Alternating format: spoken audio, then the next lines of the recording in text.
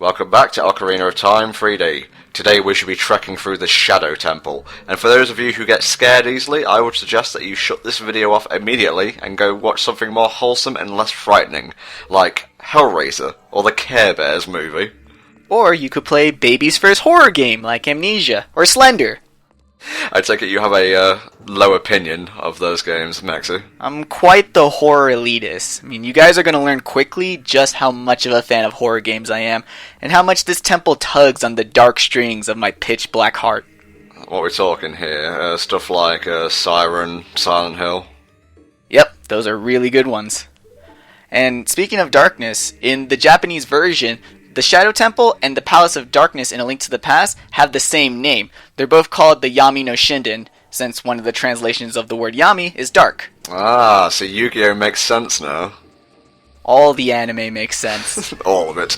Now, I don't know why they felt the need to reuse Dead Hand. Maybe he's got a clause in his contract which requires him to be at every spooky location ever, but he's much easier this time around since now that you have the Lens of Truth, when you switch it on, you can actually see where he is, and if you go over to his shadow and place a bomb, you can actually lure him out, so you don't have to deal with the infinite hands bullshit ever again. The new strategy kind of lessens the blow of the fact that they are reusing a boss fight. Yeah. But while not groundbreaking, this temple does shake things up a bit by having the mini-boss at the very beginning of the temple. Yeah, that's some Master Quest bullshit right there. Not that you'll actually need the map and compass, since holy shit, the Shadow Temple is really linear. It is. It's probably, I would say, one of the shortest Adult Link dungeons. They compensated by shifting most of the difficulty over to combat. Yeah, definitely. And for beating the mini-boss, we get the Hover Slippers. Hooray! And they kind of look weird in this version of the game, I don't know. They do. They put like those little air ducts at the very front. And while they do look like the Pegasus boots, sadly they don't offer any speed boosts. All they do is just let you float in air for a short period of time, at the cost of you'll have less traction while walking on solid ground with them. It does look funny when you try to run in them though, I'll give it that. It's like you're trying to run across a wood surface in slippers. It looks like he's walking across ice. And yeah, speaking about the slippers, when I was little, I thought the hover boots looked like those slippers that people put over their shoes in hospitals. Yeah. It was so weird. And although the hover boots themselves haven't actually appeared in any other Zelda game, in the Wind Waker, one of the items you can buy off Tingle using the Tingle Tuner is the Tingle Balloon, which lets you float in midair for about 5 seconds. So it's pretty much the same item. I think I used the Tingle Tuner a grand total of maybe one time. I've used the Tingle Tuner a grand total of never, because I could never afford the connecting cable. Well, with Wind Waker HD, you won't need a connecting cable or a Game Boy Advance because they can just do it all on the pad. Hooray! Outside the temple, the pedestal originally had a fire symbol on it, and this is clearly a reference to back when the fire medallion would have been used to actually open the entrance to this temple. Now you use Din's fire since the medallions do absolutely nothing. Yeah. Another cool coincidence is that in the Ocarina of Time beta, the Spirit Medallion had the effects of the Lens of Truth. Ah, okay, I see where you're going with this. It kind of provides some proof that the Spirit Temple was meant to be completed before the Shadow Temple, since you would need the Lens of Truth to actually make it through this place. That's perfectly doable, by the way, because you can get into the Spirit Temple with the Long Shot and the Lens of Truth, both of which you can get before actually going into the Shadow Temple. And in fact, a lot of people think that this is intended. The Spirit Medallion and its affiliated Warp Song actually go before the Shadow Medallion and the Nocturne Shadow in the menu screens. That's a good point. Yeah, plus you don't need either temple's item to complete the other. Honestly, the only argument in favor of doing Shadow Temple first is all of Navi's text, which is dumb because why would you listen to Navi over me? That's true, because when we were doing a casual stream of Master Quest, I think I did Forest, Water, Fire, Spirit, Shadow, which honestly was a really refreshing change of pace. I honestly like doing Shadow last. It seems a lot more better in a narrative point of view because you do the darkest dungeon before you take on Ganon. Yeah, good point. But really, Zelda fans have enough petty shit to argue and fight about, so let's not really argue about it and just all appreciate the fact that the ability to go to any temple is actually even in the game. Even though doing Spirit Temple first makes you a real gamer. I'm sorry, what? That's the thing I really hope they bring back in the next Zelda, the ability to go to any dungeon you like. Maybe have, like, the first one be mandatory, but after that, let the game open up. Definitely. Although that may affect some difficulty skews, but it's a give and take. Yep. So, I'm thinking you had to start recording over a lot in this hallway, huh? Yeah, and originally, it's kind of funny actually, I had no idea there'd be like more than one skeleton in these hallways, so I was just walking down, got hit, walking down, got hit. It was kind of funny actually, but that was back in my non-OCD HFC recording days. So, last week? Shut the fuck up. No, I always just remember that there's one skull, then two, then one, because while you may have the OCD, I have like a super number remembering skill or something. Yeah. I really don't get the need for all these guillotines. And what's even worse is that just touching them hurts you. Even when they're raised above the ground, I figure that, hey, that's sort of like the off position for a guillotine, right? I can just walk right through that. Nope! Link gets damaged and flies across the room. Well, it is the Shadow Temple. I guess they're slathered in poison or something. Yep. This temple also has a lot of silver rupee puzzles. I mean, the only time we ever saw these before was in the Ice Cavern. That was pretty quick. The Shadow Temple has about 3 rupee puzzles. Well, they stored all the hatred and malice in this temple. I guess this is where they put all the rupee puzzles as well. That's what I'm thinking. I mean, it could be similar to Thieves' Town from A Link to the Past, where this is sort of like a hideout for all the greedy people, and all the death traps are to keep other thieves from stealing their booty.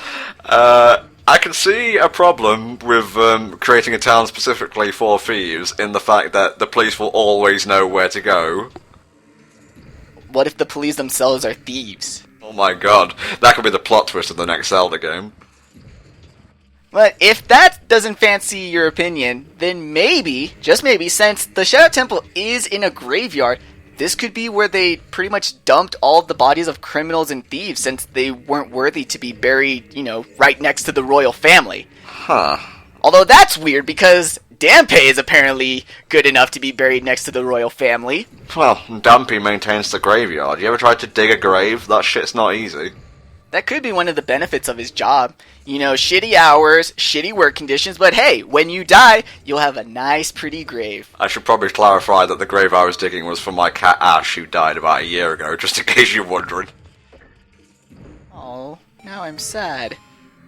I'm gonna have to fix that with more opinions. Go for it. So, there's also a third opinion that I've kind of thought about, that Kakariko Village was originally founded by the Sheikah, and they lived there until Impa decided to open the village up to the lowly Hylians, who then proceeded to kick the Sheikah out of their own hometown. I mean, look in Kakariko, there's no Sheikah left.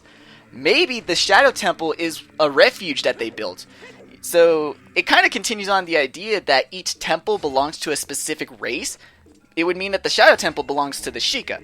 Keeps making sense. And why the Lens of Truth is needed, since it actually looks like the symbol for the Sheikah. Uh-huh. So what is this room? The kitchen? It makes sense, what with all the guillotines and whatnot.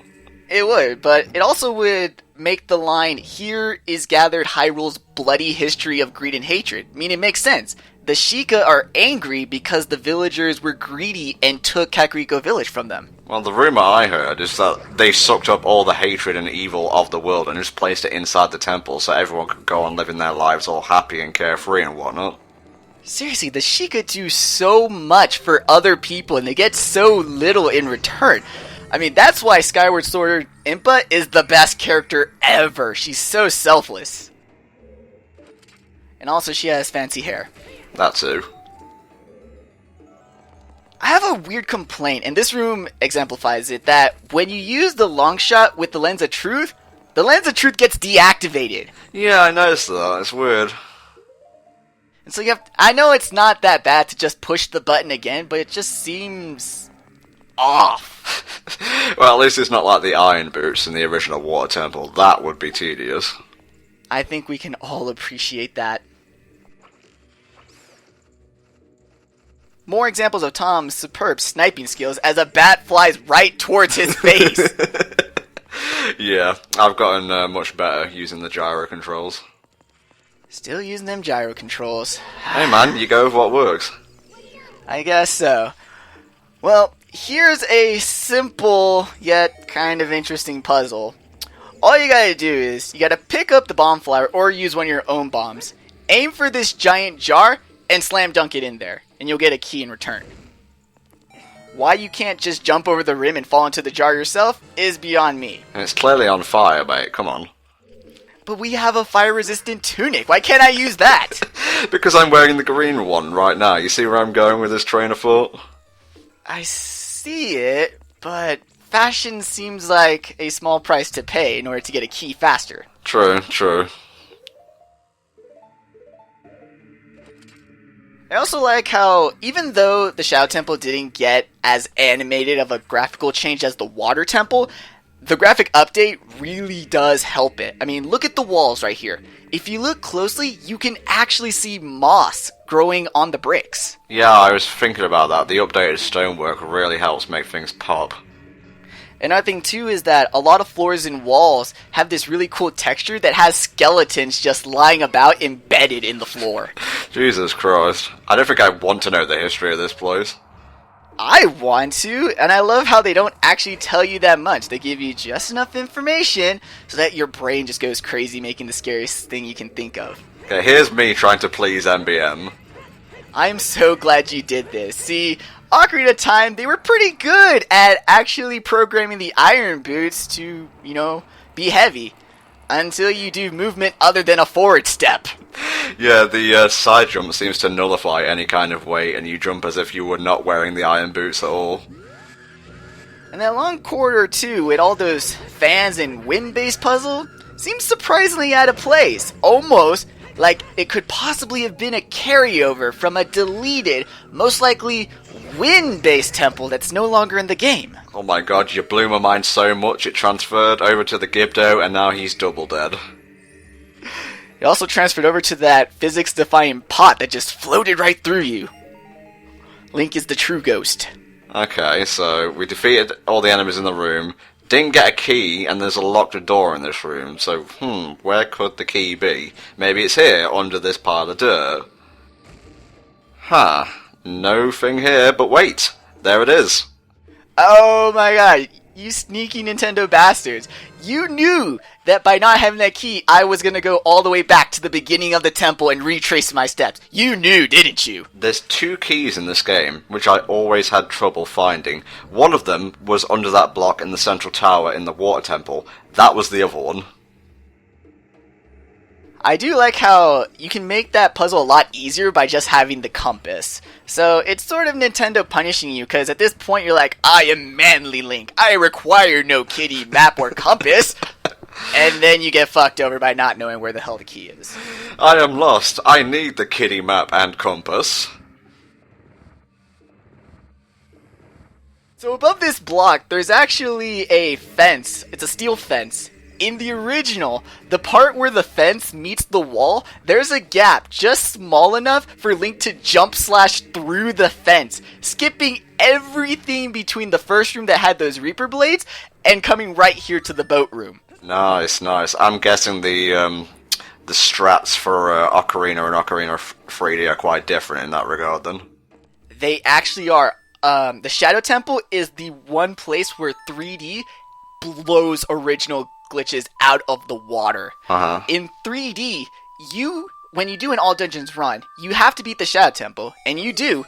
You beat the boss without stepping a foot in the actual temple itself. Wait, what?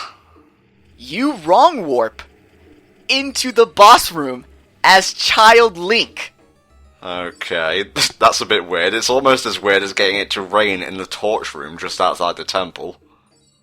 That was such a good glitch. It was actually a very spooky glitch too. Kudos for you on finding that. Yeah, I was doing a recording run, and we'll get to these star fossils in a minute and the boat itself, but I walked outside the temple into the torch room, and it was raining for some reason, and I looked up and it was coming through the ceiling. So I went outside, and then I came back in and it had stopped raining, and then I went out again and then back in and it started raining again, and I have not been able to duplicate it since. I'll make the video a video response, but it was kind of freaky actually. I think fucking up the weather is all part of Ganondorf's evil plan. Or the first planet of the Shadow Temple. Now, they really updated this Boat of the Damned, the boat to the underworld in the 3D version. Yeah, in the original it had a raven face in front, but now they have this robed guy, and it kind of looks like the ghost ship from Phantom Hourglass. Mm-hmm. They also did a weird thing where in the tunnel there's kind of like these ghostly faces, and it seems so out of place, because the dungeon is doing a really good job of setting a horror style without going cartoony, and then you're in this tunnel and there's ghosts. Not even Pose. Freaking ghosts. Yeah, well, what kind of retarded the horror for me, so to speak, is it started off really well with the skeletal face of the front of the ship and the bells ringing ominously, and then you have that little bobbing animation of it going up and down. I like how it shivers before it sinks. If you're still on the boat, Navi will say, "Hey, Link, get off, the boat's about to sink," and it's an instant death. I remember reading an FAQ back in the day for the Shadow Temple, and it said something along the lines of, you've got to jump off the boat onto an island before it sinks. And I hadn't actually played through Ocarina at that point. I hadn't seen the Shadow Temple. So I was thinking this was kind of like a water-based dungeon at that time. You know, kind of like a dark oasis, if you will. Huh, that actually sounds like a really cool idea. Yeah. For me, it was that the fog was a lot more... It was thicker in the N64, so I actually had a hard time seeing the platform off to the side. So I literally had to wait until I got the Navi text before I thought it was safe to jump off. Right. Another thing that kind of ruins some of the horror in this game is actually Navi herself. Because towards the end you start dealing with more invisible enemies to try and spook you. But the thing is that Navi locks on to even invisible enemies. So it's like, oh, there's one over there. Oh no! Oh Jesus Christ! What shall we do, Maxie? It's slowly closing in on us. It's slowly coming towards us. Ah, fuck it, Din's fire. That's your solution for everything. But in this case, it's actually the correct answer. It could have been walls of cake coming towards us. I still would have used Din's fire. I would have used my mouth. But I'm very proud of you, Tom. You made it through this entire temple by only using Din's fire once. You are learning. I know. And that other Redead's just gonna stay in this room alone for all eternity. In the original, you actually use that Redead to bypass the wall, because when he freezes you, the wall continues to move in, and it clips through you. So a helpful enemy is helpful. Indeed. Oh, I was so annoyed at this section, because I tried to do this using only one arrow, and I missed it completely. Watch. Missed it. There you go. You should have just spammed your arrows like a machine gun. Yeah, well, this ain't no getting a Pona in Majora's Mask, thank you very much. Also, I like how the statue... These ravens have these weird ear things. I don't have many ravens living near me, but I don't think they have spiky ears. Well, they're going for the whole demonic aspect in this dungeon, I guess. And ravens tend to be the most demonic of monsters. Why a bear? Why not a bear? Because that can rip your throat out. But no, the raven, it's so spooky with its birdness. It's birdness, okay. Well, I've got a bird-related fact for you. You know what a group of crows is called? A murder. A murder. Do you know what a group of birds trying to get together is called? No idea. An attempted murder. Thank you very much, I'm here all week. Oh my god, so bad. I know. That's what I'm here for. So, you have to hover boot across this room, and you can actually get across by just going straight ahead. That third platform kind of sticks out enough for you to just take a straight line to the exit. Huh. How very camp. This right here is one of my favorite graphical updates. Like, I get that the textures are awesome, the new models are awesome, but for me, what blew my mind away was this flailing animation they give Link while he's in the air. Oh, yeah. It's so cute to me. It's like, oh my god, I'm falling. Nope, not falling. And there he is, the master of the Shadow Temple, the ultimate hipster, Bongo. You hide out in the darkest temple in all of Hyrule, where you can control the darkness to essentially make your wishes come true, and all he created was a drum circle. Yeah, he just wants to spend all his time banging on his bongos, sipping a latte, and updating Facebook using his Mac. Man, Bruh, being a dungeon boss is like so 20 years ago. I'm just working on my jams. Okay, basic way to defeat Bongo Bongo. And he really is like an easy boss, for this stage in the game anyway. Paralyze his hands, then just do a few jump slashes. It should only take a few cycles, actually. It's one of many examples of Nintendo games having a boss that's just floating hands and a central body. The hardest thing about this fight is actually the camera, I'd say. That one was on me, though. The fist is coming right towards me. What should I do? Nothing. The end-top strategy, baby. Bongo Bongo also has a weakness, and it is the weirdest thing ever. The guy is weak to ice arrows.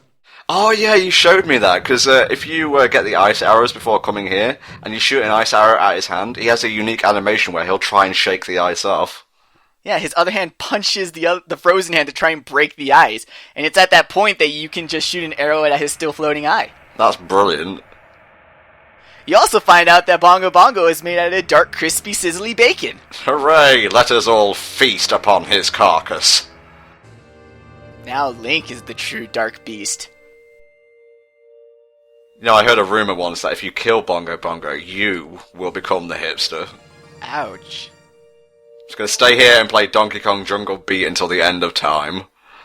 You make fun, but in my closet I have 3 bongo controllers, and I am more than willing to have a Donkey Konga party with anyone willing to come over. Donkey Konga, I can't believe I got that. It's Guitar Hero, but in drum circle format. It's genius. How many sequels did they make for that? Like 2? They did a Donkey Konga 2, and then Donkey Kong Jungle Beat, which wasn't musical based. It was a platformer using the bongos. And that game is such an arm workout. I was tired by the 3rd level. The same people who made Jungle Beat, and I always bring this up, but hey, you know, 1,000 times is okay. The same team who made Jungle Beat would go on to make Galaxy 1 and 2. Only they took away the bongo controller. What the F? Took away the bongo controls, replaced it with Waggle to Spin. Exactly. They're still there, MBM. Still there in spirit. Okay, so we don't need to do the Spirit Temple then. Obviously, Zelda's safe, our mission's done. Yeah, because that's the whole point, actually, of getting all the medallions. Rauru was like, you need to get all these medallions so you can save Zelda. And then Impa's like, oh, hey, Zelda's actually safe. Then what the fuck have I been doing? Just lends further credence to your thinking that, yes, this is meant to be the last dungeon of the set. Yeah, because the next sage mentions absolutely nothing about the last sage. Also, Impa's like, take my power in this medallion. The power of being not used at all in the plot. What, did it have no relevance in the beta version? Nope. Huh. And it just kind of unceremoniously dumps us out. And, I've got no fancy way to end this video, so, see you all next time on the Ocarina of Time 3D playthrough. Goodbye, I guess.